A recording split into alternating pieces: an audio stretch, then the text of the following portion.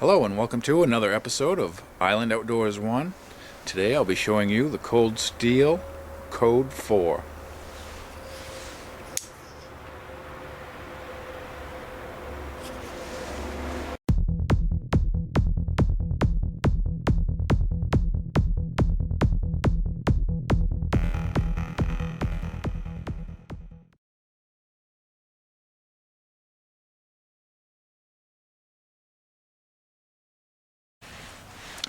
Okay, here we have the Cold Steel Code 4. This is the older version of this knife from Cold Steel, where the blade is made of AUS-8 stainless steel, and the newer versions have upgraded blade steel, which are more expensive. Let's back out and get a look at this. I could not find a price on these older ones, but I imagine you can still find these AUS-8 versions cheaper than what I bought it for, probably, and a lot cheaper than the new upgraded steel versions. So this is a clip point blade on this model. I think you can get them in spear point and tanto blades, and I believe you can get them with serrated blades too. You can see very nice looking blade. It is a satin finish. Like I said, this is AUS-8 stainless steel. A decent steel, easy to sharpen. Holds the edge decent amount of time.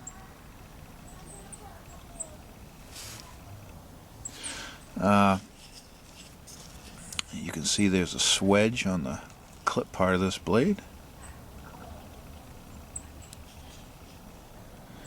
and here you can see it says Code 4 on this side with a nice thumb stud.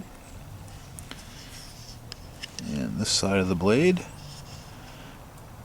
see, has the removable part of the thumb stud with a regular screwdriver, and it says Cold Steel, made in Taiwan, with a nice satin grind finish on it.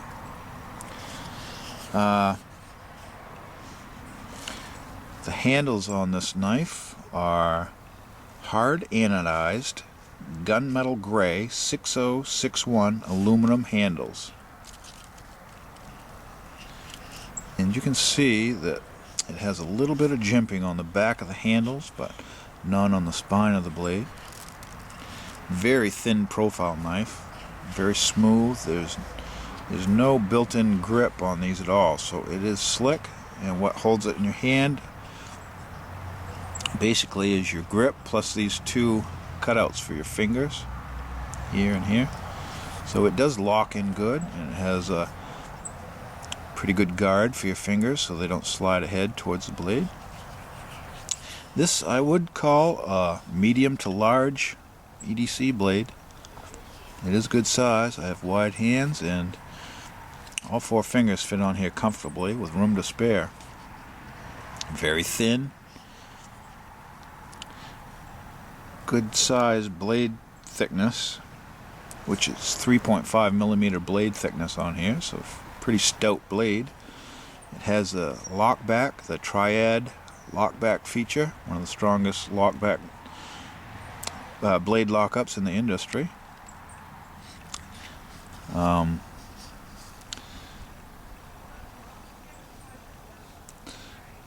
I really like this knife. However, it is winter here in Maine, and that is a cold handle with bare hands. I will say that. So if you're wearing gloves, that would be fine, but if you're going to use this for a long time with no gloves in the winter, your hands are going to get cold. You can see it's right or left tip up carry only. There's your pocket clip. You're going to have about what's above my thumb sticking out of your pocket. It has a lanyard hole that'll take 550 paracord, but does not come with this lanyard. That's just something I put on there. Very sleek package. when this is in your pocket, you can put your hand in your pocket very easily without catching on anything here. So that's nice. You can see the pocket clip says cold steel on it, 3-screw attachment point. The knife is screw construction, and it does have adjustable pivot screw, all Torx bit. It looks to have an aluminum backspacer too.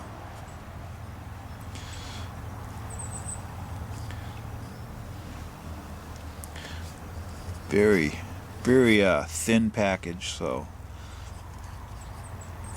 you barely notice this in your pocket, but then you take it out, you're like, wow, I got a decent sized knife on me now. So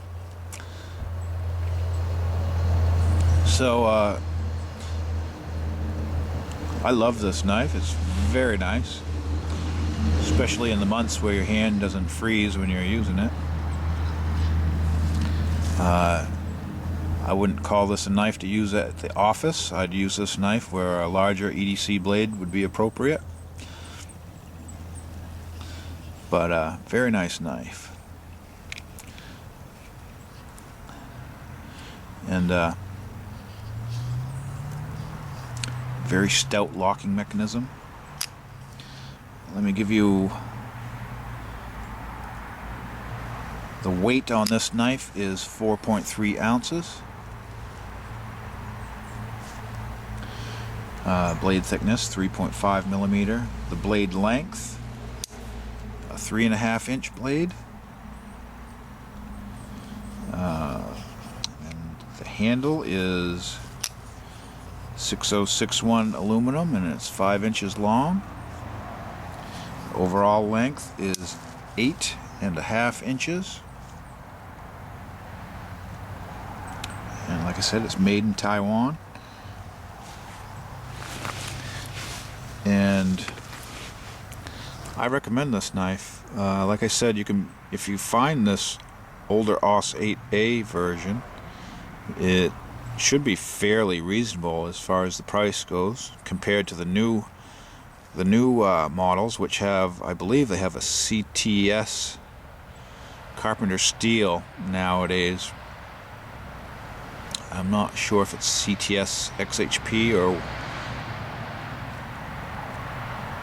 but those are considerably more than the old AUS-8 versions like this. So I recommend this one. Nice, sleek, good sized blade.